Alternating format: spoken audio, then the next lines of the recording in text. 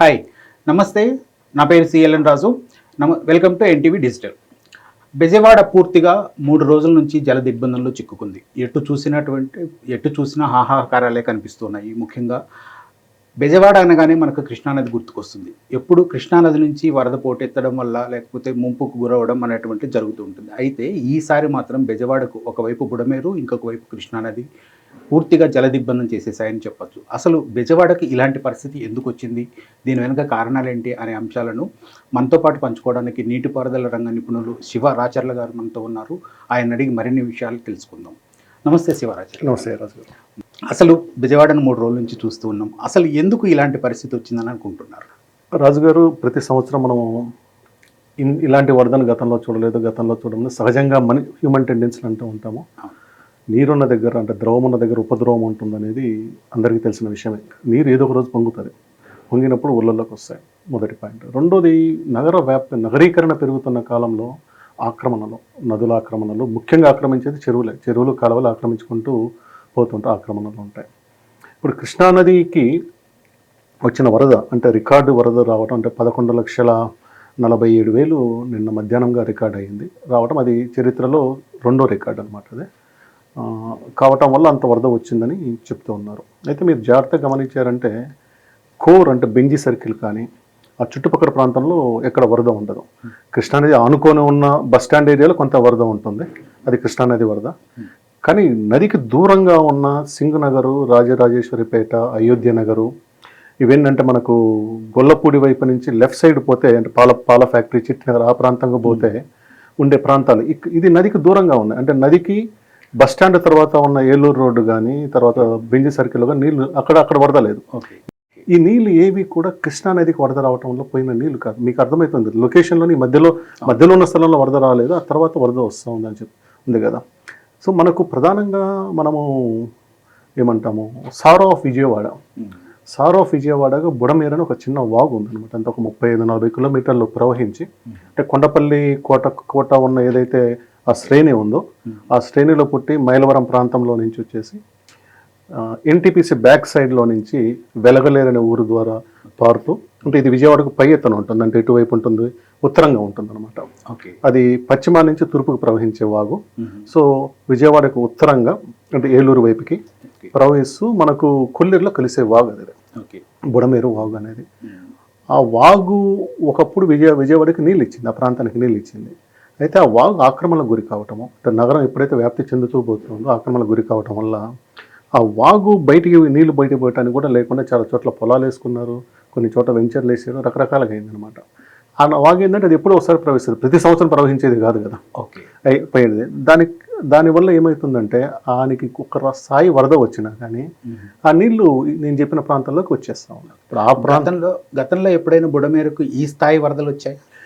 బుడమేరు వరకు ఈ స్థాయి అని చెప్పడానికి ఎలాంటి మెజర్మెంట్ లేదు. కానీ బుడమేరుకు వరదలు ప్రతి సంవత్సరం కాబట్టి రెగ్యులర్గా వస్తూ ఉన్నాయి. అనేక సార్లు మునిగిపోయింది. నాకు గుర్తుండి మొదటిసారి రాజశేఖర రెడ్డి సీఎంగా ఉన్నప్పుడు ఈ చర్చ ఎక్కువ వచ్చిందనమాట. బుడమేరు వల్ల మునిగిపోతూ ఉంది. అప్పుడు జలయజ్ఞం అనే కాన్సెప్ట్ చేస్తున్నారు కాబట్టి, తర్వాత పోలవరం కుడి కాలువ కూడా అప్పుడు డిజైన్ చేస్తున్నారు కాబట్టి పోలవరం కుడి కాలువని మనం కనెక్ట్ చేయాలి. బుడమేరు డైవర్షన్ స్కీమ్ అనేది ఒక స్కీమ్ 2005లో మొదలైంది. అది అయితే అది ప్రారంభమైంది లేదు నాకు గుర్తులేదు. ఆన్ ద పేపర్ మాత్రం బుడమేరు డైవర్షన్ స్కీమ్ అనేది ఒకటి వచ్చింది. ఆ వెలగలేరు దగ్గర లాకులు ఉన్నాయి బుడమేరుకి. అక్కడి నుంచి ఒక కెనాల్ని తీసుకొని వచ్చేసి మనకు పోలవరం కుడి కాలువ చివరిలో అంటే ఇబ్రహీంపట్నానికి ఎగువన తీసుకొచ్చి పోలవరం కుడి కాలువలో కలపడం ద్వారా అది వచ్చేసి మనకు ఈరోజు ఏదైతే పట్టిసీమ నీళ్ళు వచ్చి మనకు కృష్ణానదిలో కలుస్తున్నాయో ఆ విధంగా కలిసేలా ఒక ప్రాజెక్ట్ డిజైన్ చేశారు. తర్వాత కాలంలో అది పూర్తయింది. ఎందుకంటే మధ్యలో కూడా నేను కొన్నిసార్లు వార్తలు చదివాను, అది ఎప్పుడు పూర్తయింది నాకు కరెక్ట్ అంచనా లేదు, కానీ అది పూర్తయింది. అయితే ఇప్పుడు సమస్య ఏమవుతుంది అంటే కృష్ణానదికి వరద ఎక్కువైపోతూ ఉంది. బుడమేరులో వచ్చేది ఏదో ఒక 15,000-20,000 క్యూసెక్లు వస్తుంది అనుకోండి. ఆ నీళ్లు కృష్ణా రివర్లోకి పోయే అవకాశం ఉంది, ఎనికిదంతా ఉంటుంది. ఇదే కాలువ ద్వారా నీళ్లు మళ్ళీ ఎనికిపోయినాయి. అంటే బుడమేరు నీళ్ళు కృష్ణాలోకి రావాల్సింది, కృష్ణా నీళ్ళు బుడమేరులోకి పోయి ఉంటాయి. నేను ఊహిస్తున్నాను, ఇది అధికారులు కరెక్ట్గా చెప్పాలి. ఇది పోతున్నాయి. అక్కడ లాకులు ఉన్నాయి. ఆ లాకులు ఎత్తకపోతే నీళ్ళు బుడమేరుకి ఆల్రెడీ వరద వస్తుంది, ఈ నీళ్లు చేరినాయి. ఆ లాకులు వదిలి కిందికి నీళ్లు వదలకపోతే ఏమవుతుందంటే ఎన్టీపీసీ ప్రాంతం దెబ్బతింటుంది. ఈ ఎన్టీపీసీ కూలింగ్ కెనాల్ ఒకటి ఉంటుంది, అది కూడా దీనికి వచ్చి కలుస్తూ ఉంటుంది అనమాట. అంటే ఎన్టీపీసీ పవర్ జనరేట్ చేసిన తర్వాత వాటిని కూల్ చేయడం కోసము ఆ టర్బైన్లు ఉంటాయి పెద్ద, కూల్ చేయడం కోసం దానికి ఒక కెనాల్ సిస్టమ్ ఉంటుంది. అది కూడా వచ్చి ఇక్కడ వచ్చి కలుస్తూ ఉంటుంది అన్నమాట. ఇవన్నీ నీళ్ళు ఎక్కువ కావటం వల్ల ఏమవుతుందంటే ఒక్కసారిగా అది లాకులు ఎత్తారు, 11 లాకులు ఉన్నాయి. అవి ఎత్తడం వల్ల ఆ నీరంతా ఆ ప్రాంతానికి వచ్చింది. నది ఆక్రమణ గురి కాకుంటే కిందికి వెళ్ళిపోయింది. అది ఆక్రమణ గురైంది కాబట్టి రోడ్ల మీద ఇళ్లలోకి ఆవాస ప్రాంతాల్లోకి వస్తుంది. ఓకే, అలా ఆకలి ఎత్తడం వల్ల యాక్చువల్గా అయితే అది కొల్లేరు ప్రాంతానికి వెళ్ళాల్సిన డైరెక్ట్ వేరే కొల్లేరుకి వెళ్ళి కలవాలి. అది కానీ అక్కడ ఆక్రమణలు గురి కావడం ఎక్కడే ఉందో ఓవర్ఫ్లో అవుతుంది, ఓవర్ఫ్లో అవుతూ ఉంటుంది. ఆక్రమణ గురైన దగ్గర ఇంకా అంటే అది ముందుకు పోలేకపోవటం, అది చాలా వరకు ఏమవుతుందంటే ఆక్రమణ అనేది ఇప్పుడు 100% జరగదు.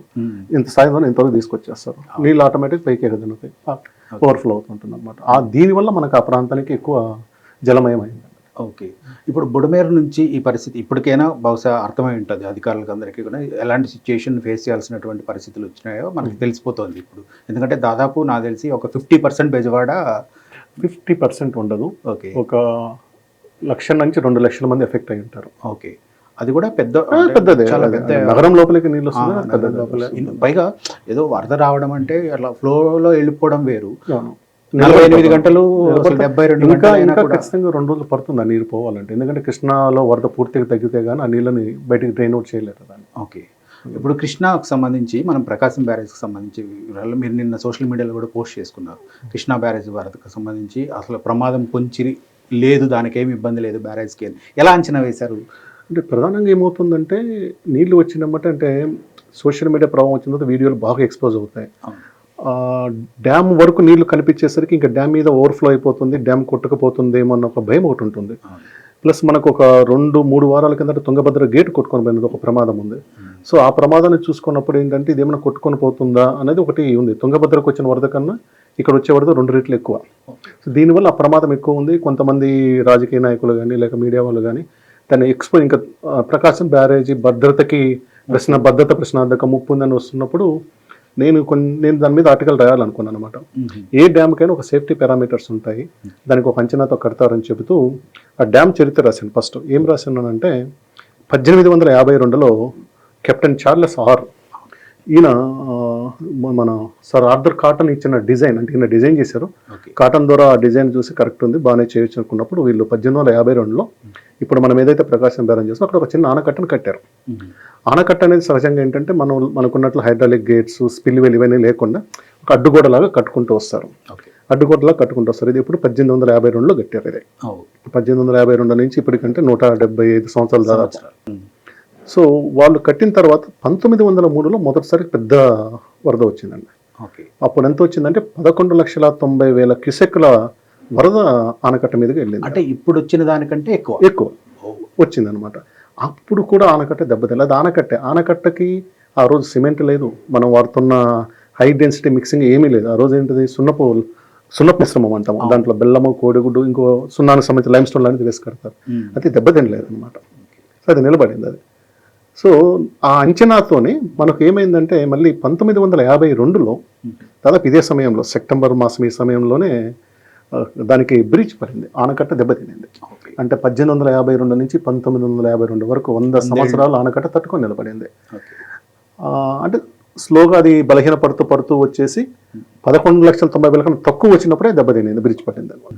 సో అది బ్రిడ్జ్ అయినప్పుడు ఇంకప్పటికే మనకు టెక్నాలజీ మారిపోయింది, డ్యాములు కట్టుకోవటం, గేట్లు ఇవన్నీ వస్తున్నాయి. కాబట్టి 1953 లేక 54లో ప్రకాశం పంతులు గారు, మనకు అప్పుడు కర్నూలు రాజధానిగా ఆంధ్ర రాష్ట్రం ఏర్పడింది, ప్రకాశం పంతులు గారు వచ్చేసి దాని బ్యారేజీకి శంకుస్థాపన చేశారు. ఒక 4 సంవత్సరాల కాలంలో అది పూర్తయినప్పుడు 1957 డిసెంబర్లో అప్పుడు ఆంధ్రప్రదేశ్ ఏర్పడింది. నీలం సంజీవ్ రెడ్డి గారు దాన్ని ప్రారంభోత్సవం చేశారు. ప్రకాశం పంతులు గారు 1957 మేలో చనిపోయినారు. సో ఆయన పేరుతో దాన్ని ప్రకాశం బ్యారేజ్ అని పెట్టారు. ఆ విధంగా మనం ఉన్న బ్యారేజ్ వచ్చింది. అంటే మనకు ఆల్రెడీ ఒక 1903లో వచ్చిన వరద సమాచారం ఉంది. దాదాపు 150 సంవత్సరాలు ఏ సంవత్సరం ఎంత వరద ప్రకాశం బ్యారేజ్ నుంచి పోతుందనే సమాచారం ఉంది. వీటన్నిటిని లెక్క కట్టుకొని ఆ రోజు 11,90,000 క్యూసెక్లు డిశ్చార్జ్ చేసేలాగా 70 గేట్లతోటి ఆ బ్యారేజ్ని మనం నిర్మించారు. ఇది బ్యారేజ్ డిశ్చార్జ్ కెపాసిటీ 11,90,000 ఉంటుంది. నిన్న మనకు వచ్చింది 11,43,000. కాబట్టి సరే, మనం 1952 నుంచి మళ్ళీ 2024లో ఉన్నాము కాబట్టి ఇది ఒక 75 సంవత్సరాలు అయింది కాబట్టి ఏమైనా బలహీన పడి ఉంటుందా అన్న ఆలోచన ఉన్నా ఏ బ్యారేజ్ అయినా డిశ్చార్జ్ కెపాసిటీ కంటే కూడా ఎక్కువ వరదను కూడా తట్టుకుంటుంది. ఓకే. 2 లెవెల్స్ ఉంటాయి. ఎఫ్ఆర్ఎల్ లెవెల్ అంటాం, ఫుల్ రిజర్వాయర్ లెవెల్ అంటాము. ఆ తర్వాత మ్యాక్సిమం వాటర్ లెవెల్ అంటాం. అంటే మీరు గేట్ల పైన చూస్తారు కదా, మనకు గడ్డర్లు కనిపిస్తుంటే రోడ్డు ఉంటుంది కదా, అంతవరకు వస్తుంది మ్యాక్సిమం వాటర్ లెవెల్ అవుతుంది. దాని మీదుగా నీళ్లు వెళ్ళినా కానీ డ్యామ్ కొట్టుకోకుండా ఇబ్బంది అవ్వకుండా డిజైన్ చేసుకుంటూ పోతారు. నిన్న మనం చూసినప్పుడు నేను ఎందుకు అంత కాన్ఫిడెంట్ రాయగలిగానంటే మ్యాక్సిమం వాటర్ లెవెల్ అనేది ఎక్కువ మంది పరిగణించలేదు. నా ఉద్దేశంలో ఇంకొక లక్ష, నేను అధికారికంగా 1.5 లక్షలు కానీ అంతకన్నా ఎక్కువ వచ్చినా, అంటే నీళ్లు ఓవర్ఫ్లో అయినా కానీ డ్యామ్ భద్రతకి ప్రాబ్లం లేదు. అదే లెక్కతో పెట్టుకున్నాను. అట్లాగే మనకు డిపార్ట్మెంట్ APWRIMS అని ఒకటి ఉంటుందండి. APWRIS అని ఒక వెబ్సైట్ ఉంటుంది. అక్కడ ఏ ప్రాజెక్టులో ఎంత నీళ్ళు వస్తుంది అనేది రికార్డ్ చేస్తూ ఉంటారు. పైనుంచి వస్తున్న వరద తగ్గుతూ ఉంది. మనకు అంటే ఆల్మట్టి, నారాయణపూర్ నుంచి జూరాల శ్రీశైలంకి వచ్చి తగ్గుతూ ఉంది. అట్లాగే ఖమ్మం ప్రాంతంలో వర్షం ఆగిపోవడం ఇక్కడ వస్తున్న వరద తగ్గిపోతూ ఉంది. నిన్న మనకు పులిచింతల నుంచి దాదాపు 5,40,000 క్యూసెక్లు వస్తుంది. ఇటు మున్నేరు నుంచి అంతకుముందు రోజు 2,40,000 దాకా వచ్చింది. నిన్న 1,86,000 వచ్చింది. అంటే డిక్లరేషన్ ఉంది. వీటన్నిటి మించి CWC అనమాట, సెంట్రల్ వాటర్ కమిషన్ వాళ్ళు ఫోర్కాస్టింగ్ ఇచ్చారు. వాళ్ళు స్టడీగా ఉంటుందా, ఇంక్లైన్ అవుతుందా, డిక్లైన్ అవుతుందా రాస్తారన్నమాట. వాళ్ళు కూడా వర్షపాతం తగ్గుతుందని అంచనాతో ఉన్నారు. సో ఇవన్నీ నేను కలుపుకున్నప్పుడు ఖచ్చితంగా నిన్నటి కంటే ఈరోజు ప్రవాహం తగ్గుతుంది. ఇది ఇంకా 2 లక్షలు వచ్చినా తట్టుకుంటుంది కాబట్టి భద్రతకు ఏం ప్రమాదం లేదనేది నేను రాయటానికి ఉన్న బలమైన ఏమంటారంటే కారణం. ఆ కారణంతో రాసుకుంటూ వచ్చాను. ఒకటి. రెండోది ఏమైందంటే మధ్యలో ఒక 3 బోట్లు వచ్చి స్పీడ్గా వచ్చి కొట్టుకొని రావటం వల్ల అరే గేట్లు ఇరిగిపోయినాయి, గేట్లు పైలిపోయినాయి, డ్యామ్ ఏమంటారు బ్రీచ్ అవుతుంది అని అన్నారు. అది ఎంత స్పీడ్తో కొట్టుకొచ్చినా అది కొట్టింది ఎక్కడ, మనకు పైన పిల్లర్కి ఎగువ భాగంలో కొట్టింది, కింద బేస్మెంట్లో కొట్టలేదు. బేస్మెంట్లో కొడితే జరిగే డ్యామేజ్ ఉంటుంది, ఇక్కడ వచ్చే డ్యామేజ్ ఉంటుంది, వేరే ఉంటుంది అనమాట. దానివల్ల ఏంటంటే గేట్ ఆపరేషన్ దెబ్బతినింది, కౌంటర్ వెయిట్ దెబ్బతిన్న గేట్ ఆపరేషన్ దెబ్బతినింది. ఈరోజు మనం గేట్ ముయ్యాల్సిన అవసరం లేదు, ఎత్తాల్సిన అవసరం, ఆల్రెడీ ఎత్తున్నాం గేట్లు. ఒకవేళ గేట్లు మూసుంటే ఎత్తలేకపోతే అప్పుడు తుంగభద్ర డ్యామ్లో వచ్చిన సమస్య వచ్చినాయి అనుకుంటాం. గేట్లు ఆల్రెడీ ఎత్తున్నాం కాబట్టి దానివల్ల కొత్తగా వచ్చేది ఏమీ లేదు. మరో విధంగా ఏంటంటే ఒకవేళ ఈ నీళ్ళని ఖాళీ అయిన తర్వాత దాన్ని రిపేర్, చిన్న విషయం, అది చాలా చిన్న రిపేర్. అదే మళ్ళీ కన్నయ్య నాయుడు గారు వస్తున్నారని చెప్తున్నారు. దాని సలహాదారు కూడా నియమించారు, గేట్ల కోసం నియమించినట్లున్నారు, వస్తున్నారని చెప్పి. అది చాలా మైనర్ రిపేర్, ఖర్చు తక్కువ, తొందరలో చేస్తారు. ప్రకాశం బ్యారేజ్ ఏంటంటే దాని కెపాసిటీ 3 TMs అధికారికంగా, అనధికారికంగా పూడికలు గిడికలు అంతే అయిపోతే నాకు తెలిసి ఒక 1.5, 1.75 ఉంటుంది అంతే. అదంటే ఒక్కసారి కనుక ఒక 30,000, 40,000 అంటే 11,574 క్యూసెక్లు అయితే ఒక TMC వస్తుంది. 11,574 అంటే ఒక TMC. సరే ఇది 3 కాకుండా 2 ఉంది అనుకోండి, అంటే ఒక 25,000 వస్తేనే అది నిండిపోతుంది. 25,000 ఎప్పుడైనా వస్తుంది కదా. ఇదే తుంగభద్ర డ్యామ్లో లాగా ఇది 100 TMCల కెపాసిటీ లేదు కదా, కాబట్టి దానికి ఏం సమస్య లేదు. ఒకసారి ఫ్లో అంతా పోయిన తర్వాత దాన్ని మళ్ళీ చేసుకోవచ్చు. అసలు ఈ మధ్య కాలంలో మనం బాగా గమనించినట్లయితే మనం ఒక అంచనా, అంటే ఆల్మట్టి నుంచి ఎంత వాటర్ ఫ్లో ఉంటుంది, తర్వాత జూరాల, తర్వాత శ్రీశైలం, నాగార్జున సాగర్, పులిచింతల వరకు కూడా ఇన్ని వేల క్యూసెక్ల నీరు బయటకు వస్తూ ఉంటుంది అనుకుంటాం. బట్ వేరే ప్రకాశం బ్యారేజ్ దగ్గరకు వచ్చేసరికి ఈ ఇన్ఫ్లో చాలా ఎక్కువగా ఉంటుంది. దీనివల్ల ఎందుకు అంత పరిస్థితి వస్తుంది ఇక్కడ? ఇప్పుడు మనకు ప్రధానంగా పులిచింతల తరువాత, పులిచింతలకు కొంచెం ఎగువ అంటే నాగార్జున సాగర్కి పులిచింతల మధ్యలో మూసీ నది కలుస్తుంది. ఆ మూసీ నదికి మనకు సూర్యాపేట జిల్లా నకరికల దగ్గర ఒక డ్యామ్ ఉంది. సో అది కూడా ఉధృతంగా ఏం రాదు, డ్యామ్ ఎత్తుతేనే కిందికి రావాలి. సో దాని తరువాత అంటే పులిచింతలకి ప్రకాశం బ్యారేజ్ మధ్యలో మొత్తం కూడా మనకు ఇటు ఖమ్మం జిల్లాకు సంబంధించిన వర్షపాతం, ముఖ్యంగా ఈ వైరా ఇటువైపు ఉన్న కాలువలు, పాలేరు, వైరా, లంకసాగరు, వీటన్నిటి మించి మున్నేరు. ఈ మున్నేరు మీరు హైవేలో చూస్తారు, హైవేలో రోడ్డు దాటం చూస్తారు అనమాట. ఈ మున్నేరు ఉద్ధృతంగా ప్రవహిస్తుంది అన్న. ఈ మున్నేరు ఇప్పుడు ఏంటంటే అక్కడి నుంచి ఇక్కడ డిస్టెన్స్ తక్కువ, 70 కిలోమీటర్లు 80 కిలోమీటర్లు ఉంటుంది. రాత్రికి ఇక్కడికి నీళ్ళు ఇక్కడికి వచ్చేస్తుంది. ఇప్పుడు మన కర్ణాటకలో పడ్డ నీరు ప్రకాశం బ్యారేజ్ కావాలంటే 3 రోజులు 4 రోజుల్లో పడుతుంది. ఇక్కడ కొన్ని గంటల్లో వచ్చేస్తుంది. ఇంకా మీకు స్పీడ్ పెరిగే కొద్ది ఇంకా స్పీడ్గా తొందరగా ఇక్కడికి రావడం జరుగుతుంది అనమాట. అందువల్ల ఓవర్ నైట్లోనే ప్రకాశం బ్యారేజ్కి విపరీతమైన, ఇప్పుడు పైనుంచి 5 లక్షలు ఉంటే, పులిచింతల నుంచి 5 లక్షలు ఉంటే ప్రకాశం బ్యారేజ్ దగ్గర వచ్చేసరికి 7.5 లక్షలు అయిపోయింది. ఈ 2.5 లక్షల నుంచి వచ్చిందంటే మున్నేరు లెక్కమల నుంచి వచ్చిన వాగుల వల్ల వస్తూ ఉందన్నమాట. దీని మీద ఇప్పుడు మనకు పైనుంచి స్టడీగా ప్రతి ప్రాజెక్ట్ ఉంది కాబట్టి ఎంత ఇన్ఫ్లో ఎంత అవుట్ఫ్లో ఉందనేది లెక్క పెట్టుకుంటూ రాగలుగుతాం. ఇక్కడ ఉన్న చిన్న రిజర్వాయర్లు వీటికి పెద్ద లెక్కలు దీన్ని మెయింటైన్ చేయడం కూడా సాధ్యం కాదు. ఎందుకంటే వరద వచ్చినప్పుడు గేట్లు వెత్తేది. పాలేరు మీద మీరు చూస్తుంటారు గేట్ ఒకటి, తర్వాత వైరా దగ్గర చిన్న చెరువు, అది పెద్దదేం కూడా కాదు. ఇట్లా దీనివల్ల ఏమవుతుందంటే అన్ఎక్స్పెక్టెడ్గా మనకు ఒక 2-2.5 లక్షల క్యూసెక్లు వచ్చేసింది, ఒక్కసారిగా వచ్చేసింది. దానివల్ల ఇది ఏకంగా 11 లక్షల ఏమంటాము 43,000కి పోయింది. అదే ఈరోజు చూడండి, ఈరోజు ప్రకాశం బ్యారేజ్లో ఎంత ఉంది? 9,40,000 50,000 ఉంది. 9.5 లక్షలు అంటే నిన్నటి కంటే 2 లక్షలు తగ్గింది అనుకుంది రమారమి. పైనుంచి ఎంత వస్తుంది? పులిచెంతల నుంచి దాదాపు 5.5 వస్తూ ఉంది. కానీ ఇక్కడ మున్నేరు ఎంత ఉంది? కేవలం 17,000 ఉంది. 17,000 రావటం వల్ల మనకు తగ్గింది. ఆ మిగిలింది ఏంటంటే ఆల్రెడీ పులిచెంతలు రిలీజ్ అయిన నీళ్ళు ఉన్నాయి కాబట్టి అది వస్తూ ఉన్నాయి. ఇంకా మున్నేరు నుంచి తగ్గిపోయింది. మున్నేరు నుంచి కూడా ఇంకా 1,00,000 2 లక్షలు వస్తూ ఉంటే ఈ రోజు కూడా 10-11 లక్షలు ఉండేది. ప్రధానమైన కారణం ఇటు ఖమ్మం జిల్లా నుంచి వచ్చే నీళ్ళే ఉంటుంది. రెండోది ఇటు ఎడం వైపు అంటే గుంటూరు వైపు నుంచి వచ్చే కొండవీడు వాగు ఉంది. కానీ కొండవీడు వాగు అనేది ఇప్పుడు అంత ఫ్లడ్ రాదు. ప్లస్ ఇంకోటి ఏంటంటే మీకు తెలిసింది, ఇప్పుడు అమరావతి ప్రాంతం నుంచి కొండవీడు వాగు వస్తుంది. దాని కింద కొండవీడి వాగులో పాలవాగు ఒక 5-6 వాగులు కలుస్తూ ఉంటాయి, మనకు లామ్ ఏరియాలో కలుస్తూ ఉంటాయి. అవేవి కూడా ఎక్కువ నీళ్ళు తీసుకురావు, కానీ అక్కడ కూడా మొత్తం ఆక్రమణకు గురి కావటం వల్ల నీళ్ళు నేరుగా నదిలోకి రాలేవు. దానివల్ల అటువైపు నుంచి ఎక్కువ ప్రవాహం రాదు. వచ్చేదంతా కూడా మనకు ఎడం వైపు అంటే ఖమ్మం జిల్లా వైపు నుంచి వచ్చేదంతా ఉంటుంది. నల్గొండ కూడా రాదు. నల్గొండ మళ్ళీ మూసితోటి పులిచెంతలు ఎగువన కలుస్తుంది. అది పులిచెంతలు ఎగువన కలుస్తుంది కాబట్టి అది పులిచెంత కంట్రోల్ చేస్తుంది, రెగ్యులేట్ చేస్తుంది. రెగ్యులేట్ లేకుండా వచ్చేది మనకు ఓన్లీ మున్నేరు వరే వస్తుంది. ఓకే. గతంలో ఎప్పుడైనా సరే మనం కృష్ణానది వరదలు అనగానే మనకు బాగా గుర్తొచ్చేది ఆవనిగడ్డ, లేకపోతే నాగాయలంక, లేకపోతే హంసల్ది. ఈ 3 ప్రాంతాలే మనకి ఎక్కువ ఎఫెక్ట్ అవుతూ కనిపిస్తూ వచ్చాయి. బట్ ఈసారి విజయవాడను ఇటు కృష్ణానది అటు బుడమేరు 2 ఇబ్బంది గురి చేశాయని భావించవచ్చు. అంటే ఈ స్థాయిలో లేకపోయినా బుడమేరు అనేది ఇప్పుడు కూడా విజయవాడ ఉంది. అందుకోసమే మీకు 2005లోనే బుడమేరు డైవర్షన్ స్కీమ్ అని పెట్టడము, దాన్ని సారో ఆఫ్ విజయవాడ అని చెప్పడం మొదటి నుంచి ఉన్నది. అది ఈ రోజైనా కొంత బాగుంది. గతంలో అయితే ఇంత నిర్మాణాలు అంటే పెద్ద పెద్ద బిల్డింగ్ లేనప్పుడు చిన్న గుడిసెలు లేక సింగిల్ ఫ్లోర్ హౌస్లు ఉన్నప్పుడు మొత్తం కూడా జలమయం అయిపోయే పరిస్థితి ఉంది కదా. అది ఓకే. సో ఇంతకంటే ఎక్కువ సిచ్యుయేషన్స్ గతంలో ఫేస్ చేసింది, ఖచ్చితంగా చేసింది. ఓకే. ఇప్పుడు కృష్ణానదికి ఇంత భారీ వరద ప్రవాహం almost 11 lakhs plus cusecs water మనం డౌన్ ఫ్లో చూస్తూ ఉన్నాం కదా. దీని ఇంపాక్ట్ ఈ అవనిగడ్డ, నాగాయలంక, లేకపోతే ఈ కృష్ణలంక ఏరియాలో ముఖ్యంగా ఈ ఏరియాలో ఈసారి గతంతో పోల్చితే ఈసారి కొంచెం తక్కువగానే కనిపించింది. విజయవాడ టౌన్లో నా ఉద్దేశంలో కృష్ణా వాటర్ వల్ల ఎక్కువ ఇబ్బంది పడింది లేదు. గతంలో ఏమవుతుంది, ప్రధానంగా మునిగేది ప్రకాశం బ్యారేజ్ కింద ఇమీడియట్ కింద ఉండే కృష్ణలంక ప్రాంతం ఎక్కువ మునుగుతూ ఉంటుంది. అయితే ఇది ఈ రాజశేఖర టైంలో ఉన్నప్పటి నుంచి కూడా దీనికి రీటైనింగ్ వాల్ కట్టాలనే ప్రపోజల్ ఉంది. అది మొదలు పెట్టారు చంద్రబాబు నాయుడు. అంటే గతంలో 2014-19 ముందు చాలా వరకు అప్పుడు గద్దె రామ్మోహన్ రావు గారు అక్కడ ఎమ్మెల్యేగా ఉన్నారు, స్థానిక ఎమ్మెల్యేగా ఉన్నారు. Is a dedicated man. ఆయన చాలా ఎఫర్ట్ పెట్టి చాలా పని చేయించారు. తర్వాత జగన్మోహన్ రెడ్డి గారు సీఎం అయిన తర్వాత దేవినేని అవినాష్ వీళ్ళు కూడా దాన్ని పట్టుదల పెట్టి దాన్ని పూర్తి చేసుకోగలిగారు. సో అందరి కాలంలో పనులు జరిగి అది పూర్తి కావటం వల్ల ఈ రోజు వరదలు వచ్చినా కానీ ఆ రీటైనింగ్ వాల్ ఉండటం వల్ల కృష్ణలంకలోకి నీళ్లు పోలేదు. అవన్నీ గట్టిగా నిలబడగలిగినాయి. దానివల్ల ఆ ప్రాంతంలో ప్రభావం తక్కువ, దాదాపు లేదు, ప్రభావం కాదు, జీరో, అసలు వాటరే పోలేదు. ఇంకా ఎగువనున్న ఇటువైపు తాడేపల్లి వైపు సుందరయ్య నగర్ వాటికి నీళ్లు పోయింది, కానీ అక్కడికి నీళ్లు పోలేదు. ఇంకా బస్టాండ్ ఏరియాలో కూడా కొంత ఉంది, అంటే బ్యారేజ్ వెనక వైపు కూడా కొంత పోయింది, కానీ బ్యారేజ్ దిగువన కృష్ణలంకలోకి మాత్రం నీళ్లు పోలేదు అన్నమాట. దీని ప్రధానమైన కారణం అక్కడ రీటైనింగ్ వాల్. అయితే మీరు అడిగినట్లు కిందికి పోతే పరిస్థితి ఏంటి అంటే, దివిసీమ అనేది ఇప్పుడు కూడా చివరిలో ఉంది కాబట్టి ఇబ్బంది పడుతూనే ఉంటుంది. మీకు పెనుముడి దగ్గర చూసారనుకోండి, అది బ్యారేజ్ కట్టారు. పెనుముడి బ్యారేజీ ఇంకా టచ్ గల నీళ్ళు కింద నుంచి పోతూ ఉన్నాయి. అవనిగడ్డ వరకు ఇబ్బంది ఉండదు, కానీ దాని కింద ఉన్న నాగాయలంక మండలం మాత్రం ఇబ్బంది పడుతుంది. ఎందుకంటే నాగాయలంక మండలం మొత్తం లంక గ్రామాలు, ఈవెన్ నాగాయలంకే లంక గ్రామం అనుకోవాలి. అది ఎక్కువ పశువులు కొట్టుకొని పోయినాయి. అది అది ఏమంటారు, ఎక్కువ పశువు ప్రాణ నష్టం జరిగింది. మనుషుల ప్రాణ నష్టం జరిగినట్టు చూడలేదు.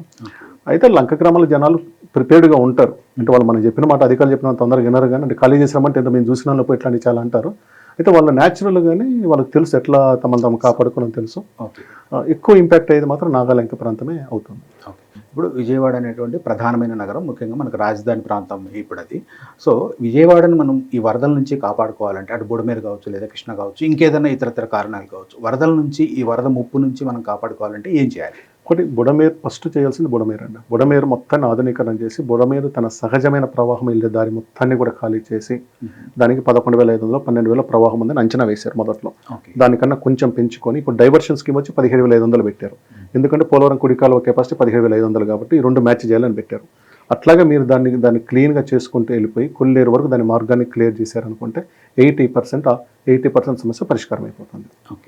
రెండోది, ఈ డైవర్షన్ స్కీమ్లో నుంచి నీళ్లు ఇనికిపోతున్నట్లు నాకు అనిపిస్తూ ఉంది. సో ఆ గేట్లు కానీ రెగ్యులేటర్స్ కానీ ఎలా ఉన్నాయో ఒకటి చూసుకోవాలి. సో ఈ రెండు, దీని మీద ఇంకా ఒకటి తమ విచిత్రమైన విషయం ఏంటంటే, మన మాట బుడవేరు మీద 2 లిఫ్ట్లు ఉన్నాయి. తారకరామ లిఫ్ట్ అంటే ఒకటి ఉంది. తర్వాత గూడూరు నియోజకవర్గం, గుడివాడ నియోజకవర్గం నందివాడ దగ్గర ఒక లిఫ్ట్ ఉంది. అది గత ప్రభుత్వం హయాంలో మొదలు పెట్టారు, అది నాని గారు మొదలు పెట్టారు అనమాట. ఓకే. సో వాటిని ఎఫెక్టివ్గా వాడుకొని వచ్చినట్టు తీసుకొని ఆప్షన్ ఇలాంటి పరిస్థితుల్లో వాటిని యూజ్ చేసుకునే అవకాశం ఉంటుంది.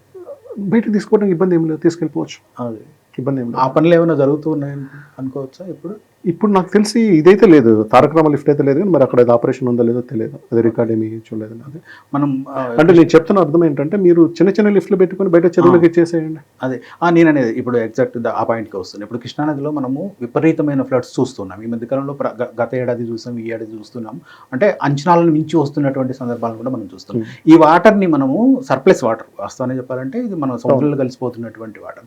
దీన్ని మనము యూటిలైజ్ చేసుకోవడానికి ఏమైనా మార్గాలు ఉన్నాయా? ఎప్పుడు కూడా యూటిలైజేషన్ అనేది దిగువన కాదు ఎగువన జరగాలి. ఈ వరదని రెగ్యులేట్ చేయాలి, ఎక్కడ రెగ్యులేట్ చేయాలి, ఎగువనే చేయాలి, కింద చేయలేము. ఇప్పుడు ప్లస్ విజయవాడ దగ్గరకు వచ్చేసరికి ఇవన్నీ ఎంత ఉన్నాయి, 71-72 మీటర్లలో ఉంది. అదే అక్కడికి శ్రీశైలం చూసి 885 అడుగుల్లో ఉంటుంది, నాగార్జున సాగర్ 560-570 అడుగుల్లో ఉంటుంది. అంటే తగ్గుతూ వస్తుంది, సముద్ర మట్టం దగ్గరికి వెళ్ళిపోతుంది కదా. సో ఎగువ ప్రాంతంలోనే మీకు వీలైనంత ఎక్కువ ప్రాజెక్టులు కట్టుకోవటం, అక్కడి నుంచి వాటర్ డైవర్ట్ చేసుకోవడం అనేది చేయాలి. అయితే ప్రభుత్వంకు రాజకీయ పార్టీలు అన్నీ కూడా ధైర్యంగా చేయాలి. ఇది ఏమనుకుంటారంటే సార్ నీళ్ళు వచ్చినప్పుడు తీసుకున్నాం, నీళ్ళు లేనప్పుడు ఏందంటారు. సో ఈ కంట్రోల్ మీ చేతిలో ఉంది. ముందు ఒక వ్యవస్థను మీరు ఏర్పాటు చేయండి. ముఖ్యంగా రాయలసీమకు అనేది నీళ్లు కావాలి, ఎక్కువ నీళ్లు కావాలి. ఇప్పుడు ఉన్నాయి సరిపోవు. ఇప్పుడు పోతిరెడ్డిపాడు ద్వారా 44,000 తీసుకునే అవకాశం ఉన్నా కానీ అక్కడ కూడా కాలువలు అనుకున్న స్థాయిలో ఏమంటారు కెపాసిటీ లేకపోవడం, లేదంటే ల్యాండ్ ఎక్విజిషన్ పూర్తిగా జరగకపోవడం వల్ల పొలాలకు పోతుంది. కాబట్టి ఎప్పుడు 32,000-35,000 తీసుకుంటేనే అది మ్యాక్సిమం. కానీ మనకి ఇన్ని లక్షల క్యూసెక్ల కిందకి వస్తున్నప్పుడు, మనం 5 లక్షలు 6 లక్షల క్యూసెక్లు వస్తున్నప్పుడు ఒక రోజులో 35 లేక 40 తీసుకుంటామంటే సరిపోదు కదా. కాబట్టి ఒకటి కావాలి. దానికోసం శ్రీశైలం ఏమైనా సిద్ధేశ్వరం అలుకు ఒకటి కట్టాలని చాలా రోజులు డిమాండ్ ఉంది. సో దానివల్ల అది తగ్గుతుంది. అట్లాగే ఇంకొన్ని లిఫ్ట్లు కానీ లేక వీటి కెపాసిటీలు కూడా పెంచుకొని తీసుకుపోవడం ఒకటి.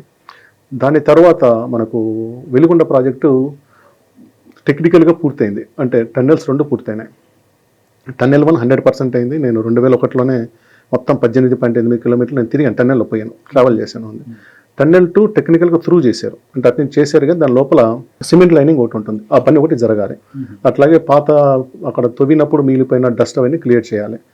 ఇది చేయటం, దాని నుంచి నల్లమల సాగర్కి ఉన్న కెనాల్, ఫీడింగ్ కెనాల్ని క్లియర్ చేసుకోవడం, అదేంటంటే అది 50 TMCలు దాంట్లో పడుతుంది అనమాట. సో అట్లా ఈ పనులు పూర్తి చేయడం వల్ల అక్కడ నుంచి కూడా రోజుకు 1 TMC తీసుకునే అవకాశం ఉంది, కొంత నీరు తీసుకోవడానికి అవకాశం ఉంటుంది. ఇప్పుడు ఈ సంవత్సరం విచిత్రమైనటువంటి, ఏపీలో ముఖ్యంగా విచిత్రమైనటువంటి పరిస్థితి ఉంది. ఎందుకంటే ఇప్పుడు కోస్తాంధ్ర మొత్తం సర్ప్లస్ వాటర్ తోటి ఉంది, అంటే ఫుల్ వాటర్ ఉంది, వరదలు పడ్డాయి, వర్షాలు బాగా ఎక్కువ ఉంది, అంచనాలు మించినటువంటి వర్షపాతం నమోదైంది. వేరే రాయలసీమకు వచ్చేసరికి ఇప్పటికీ కడప కానీ, కర్నూలులో కొంత భాగం కానీ, అనంతపూర్ కానీ, చిత్తూరు కానీ, ఈవెన్ నెల్లూరులో కొన్ని ప్రాంతాలు కూడా ఇప్పటికీ వర్షాభావ పరిస్థితులు చూసుకుంటూ ఉంది. ఇలా బ్యాలెన్స్ చేసుకోవడానికి ఇలాంటి పరిస్థితులు వినియోగించుకోవడానికి ఆస్కారం ఉంటుంది, చేయాలి. ఇప్పుడు ఖచ్చితంగా ఏంటంటే మనము నీళ్ళు ఎన్ని వస్తున్నాయని కాకుండా ఎన్ని సముద్రంలోకి పోతున్నాయి.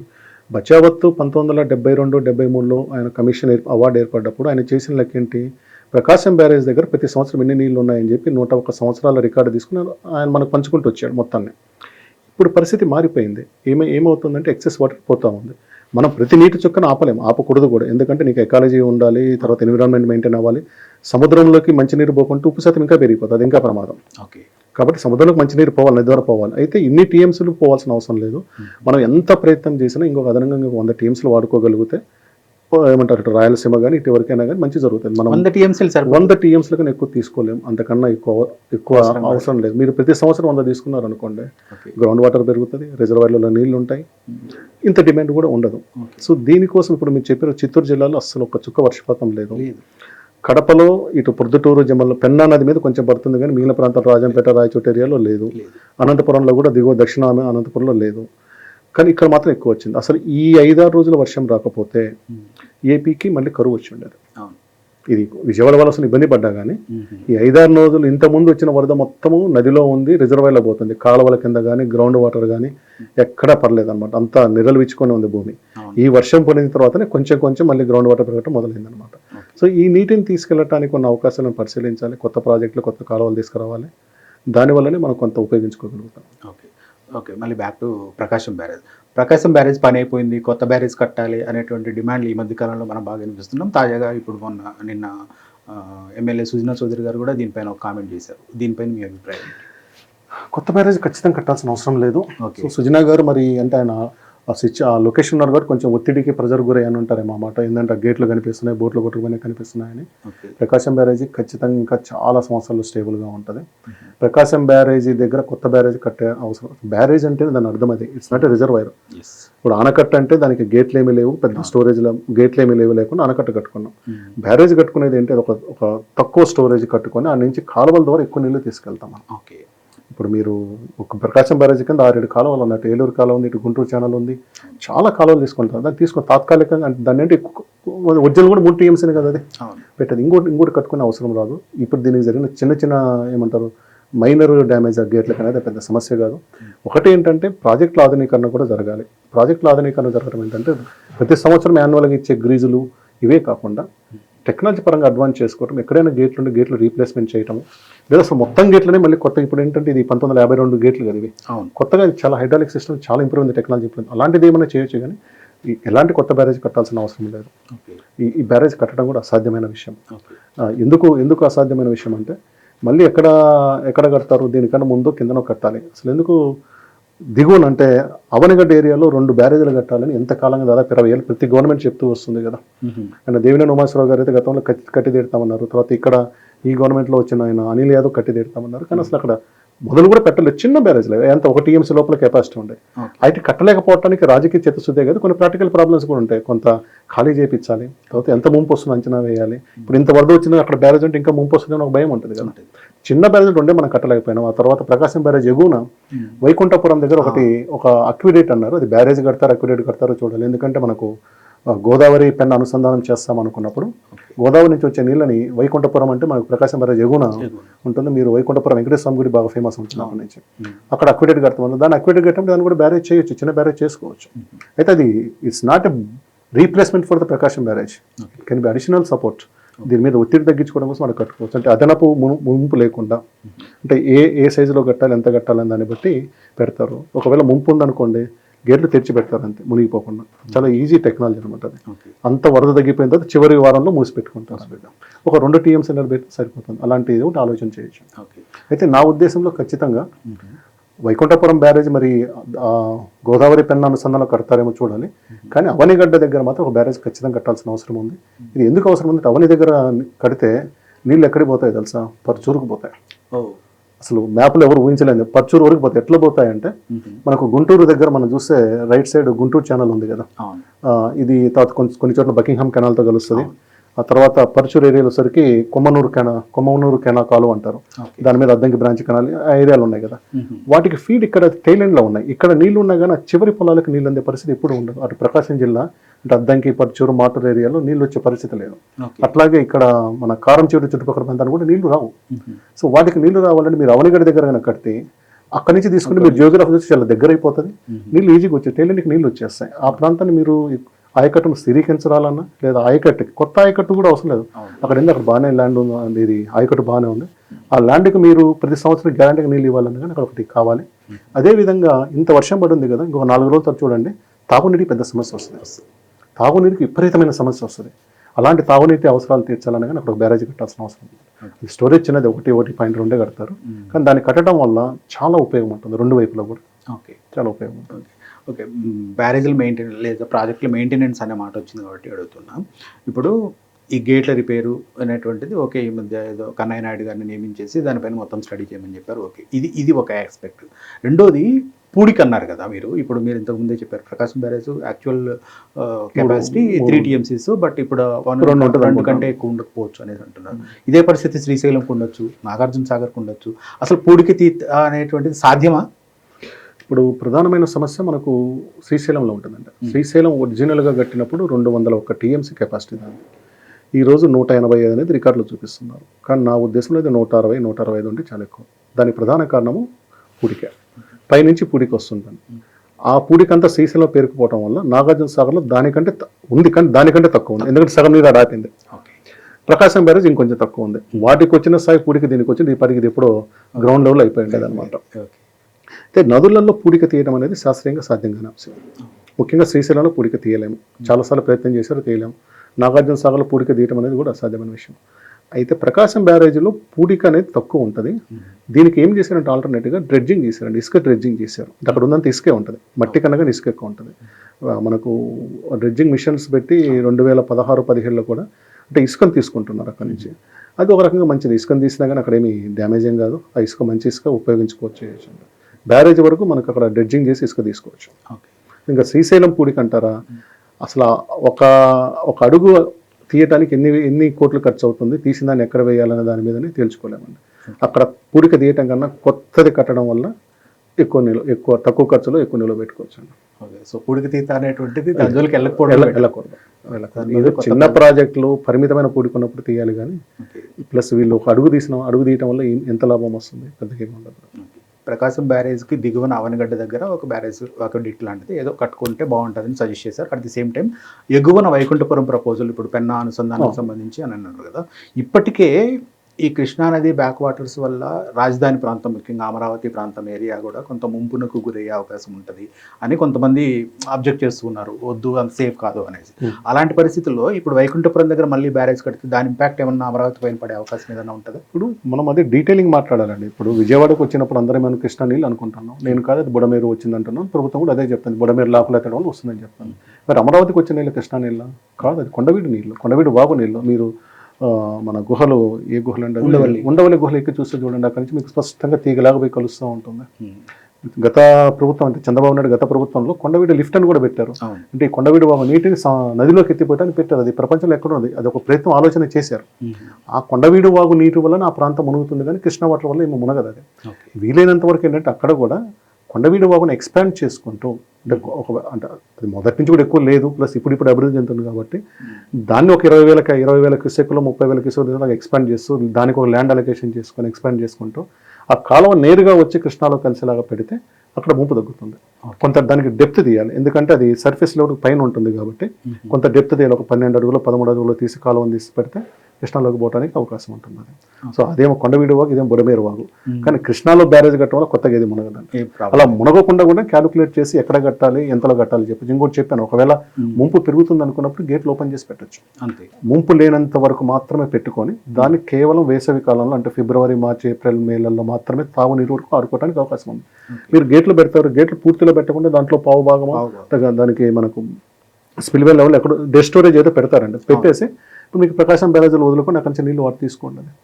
అదొక మీకు సప్లిమెంటరీ స్టాండ్ బై రిజర్వాయర్ లాగా ఉపయోగించుకోవచ్చు. ఓకే, నదుల అనుసంధానం టాపిక్ వచ్చింది ఒకటి అడుగుతున్నా. ఇప్పుడు మళ్ళీ కేంద్ర ప్రభుత్వం దానిపైన మళ్ళీ ముందుకు వెళ్ళే ఆలోచన చేస్తుంది. గడ్కరీ గారు కూడా ఈ మధ్య కూడా ఒక స్టేట్మెంట్ ఇచ్చారు.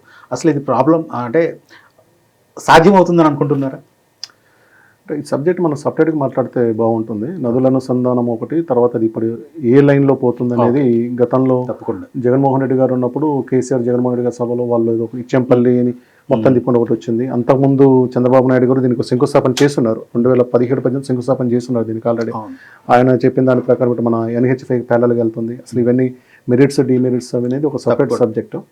నదుల అనుసంధానము ఏదైనా కానీ మన వాళ్ళు అనుసంధానం దాన్ని ఎక్కువగా భారీగా చూస్తూ ఉంటారు.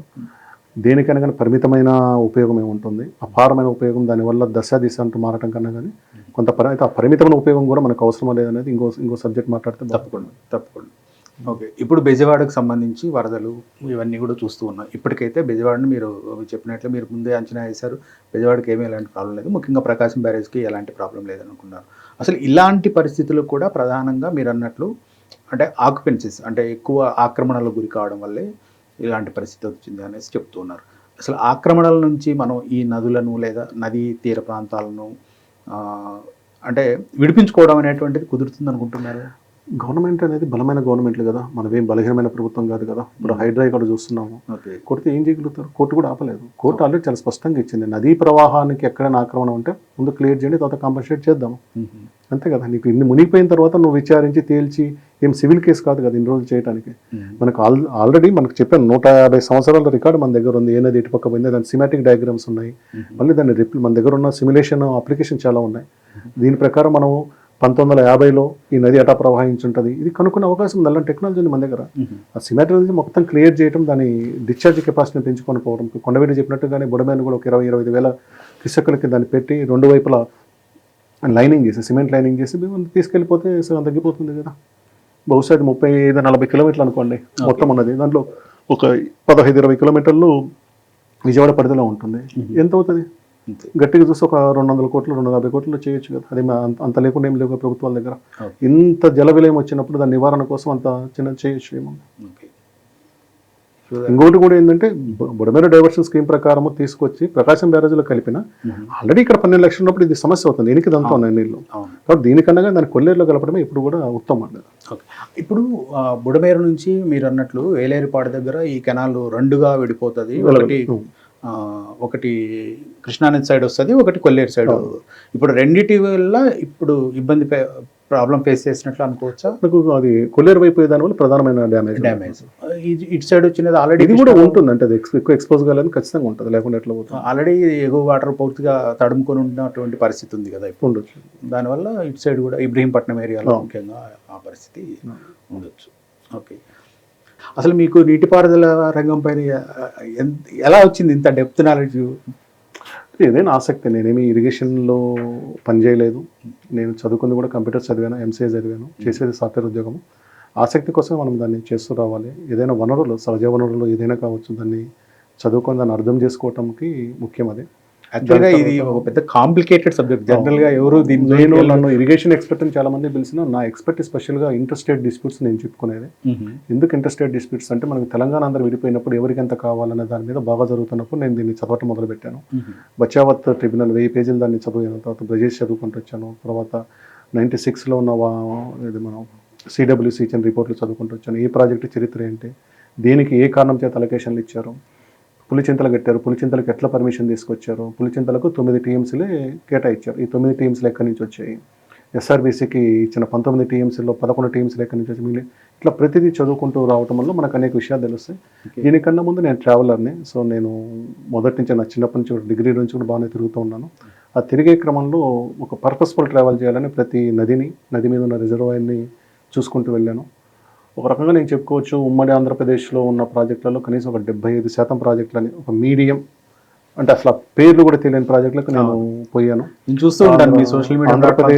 ఆంధ్రప్రదేశ్ సంబంధించి నేను దాదాపు 90-92% ఉన్న అన్ని ప్రాజెక్టులని చూస్తూ పోయాను. ప్రతి ప్రాజెక్టు మీద ఫేస్బుక్లో రాస్తూ వచ్చున్నాను. అది సబ్జెక్ట్ చాలా సింపుల్ అండి. చదువుకునే ఓపిక, చదువుకునే దృక్కోణం ఇంపార్టెంట్. అంటే ఒక విమర్శ కోసం చదువుతున్నామా, లేక ఒక సమాధానం కోసం చదువుతున్నామా, అది అర్థం చేసుకోవడం కోసం చదివితే మనకు ప్రతిదీ సులభంగానే ఉంటుంది. తప్పకుండా. ఖచ్చితంగా మీరు అన్నట్లు ఇది ఒక పెద్ద సబ్జెక్ట్ కాబట్టి మళ్ళీ దీనిపైన ఒక పూర్తి స్థాయి ఇంటర్వ్యూ ప్లాన్ చేద్దాము. నదుల అనుసంధానము, తర్వాత ఇరిగేషన్ వ్యవస్థ, ఇంటర్ స్టేట్స్ డిస్ప్యూట్స్, ఇవన్నీ కూడా ఖచ్చితంగా మరో ఇంటర్వ్యూలో మళ్ళీ కలుసుకుందాం. ఇప్పుడైతే ఈ బుడమేరు కృష్ణానదికి సంబంధించినటువంటి వివరాలు చాలా క్లియర్గా ఎక్స్ప్లెయిన్ చేసినందుకు చాలా థ్యాంక్ యూ సో మచ్. మళ్ళీ మరోసారి మరో ఇంటర్వ్యూలో కలుగుతాం. ఇది శివరాచర్ల గారితో స్పెషల్ ఇంటర్వ్యూ. ఖచ్చితంగా మరో ఇంటర్వ్యూలో మళ్ళీ కలుసుకుందాం. నమస్తే.